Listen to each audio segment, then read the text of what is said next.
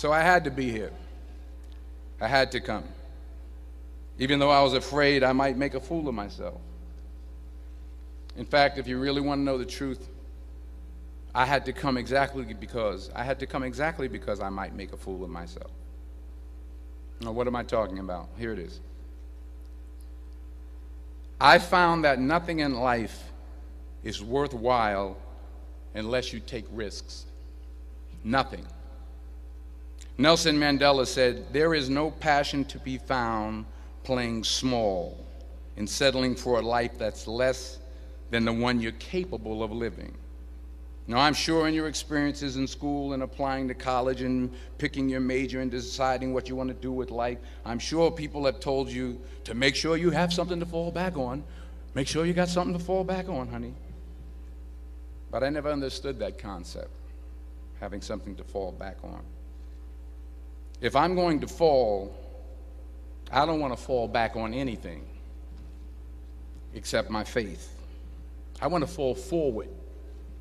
I figure at least this way I'll see what I'm going to hit. Fall forward. This is what I mean. Reggie Jackson struck out 2,600 times in his career, the most in the history of baseball. But you don't hear about the strikeouts. People remember the home runs. Fall forward. Thomas Edison conducted 1,000 failed experiments. Did you know that? I didn't know that. Because the 1,001st was the light bulb. Fall forward. Every failed experiment is one step closer to success. You've got to take risks, and I'm sure you've probably heard that before, but I want to talk to you about why that's so important. I got 3 reasons, and you can pick up your iPhones. First, you will fail at some point in your life. Accept it. You will lose. You will embarrass yourself. You will suck at something. There's no doubt about it. And I know that's probably not a traditional message for a graduation ceremony, but hey, I'm telling you, embrace it, because it's inevitable. And I should know. In the acting business, you fail all the time. Early on in my career, I auditioned for a part in a Broadway musical. Perfect role for me, I thought, except for the fact that I can't sing. So I'm in the wings, I'm about to go on stage, but the guy in front of me, he's singing like Pavarotti. He's just, and he's just going on and on and on, and I'm just shrinking, I'm getting smaller and smaller. So they say, "Oh, thank you very much, and you'll be hearing from us." So I come out with my little sheet music, and it was Just My Imagination by the Temptations. That's what I came up with.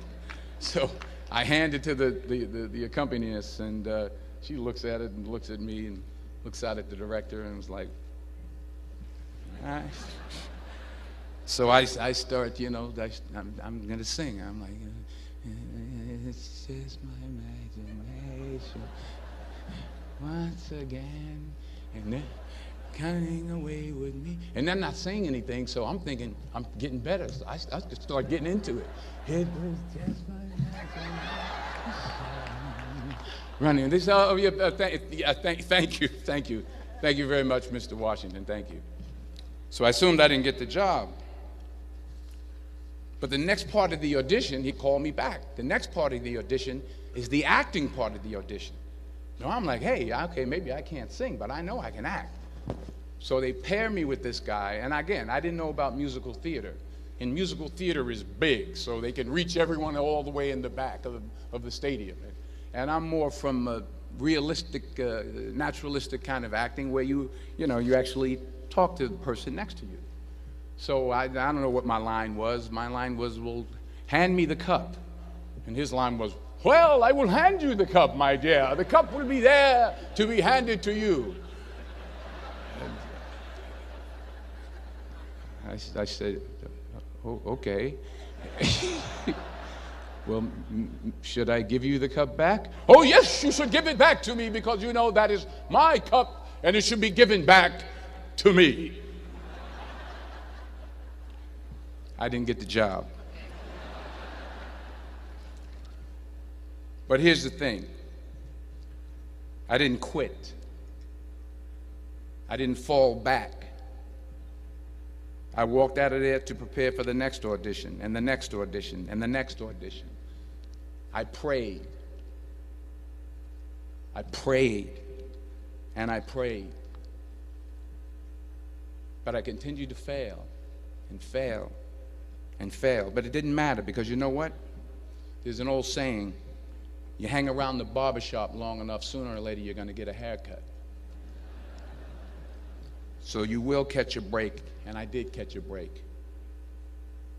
Last year, I did a play called Fences on Broadway. Someone talked about it.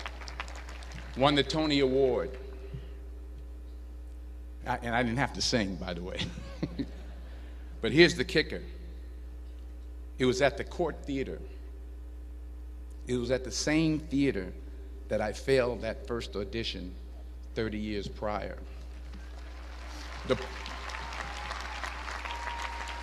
The point is, and I'll pick up the pace, the point is every graduate here today has the training and the talent to succeed. But do you have the guts to fail? Here's my second point about failure. If you don't fail, you're not even trying. I'll say it again. If you don't fail, you're not even trying. My wife told me this great expression. To get something you never had, you have to do something you never did. Les Brown's a motivational speaker. He made an analogy about this. He says, imagine you're on your deathbed, and standing around your deathbed are the ghosts representing your unfulfilled potential, the ghost of the ideas you never acted on, the ghost of the talents you didn't use. And they're standing around your bed, angry, disappointed, and upset. They say, we came to you because you could have brought us to life, they say. And now we have to go to the grave together. So I ask you today, how many ghosts are going to be around your bed when your time comes?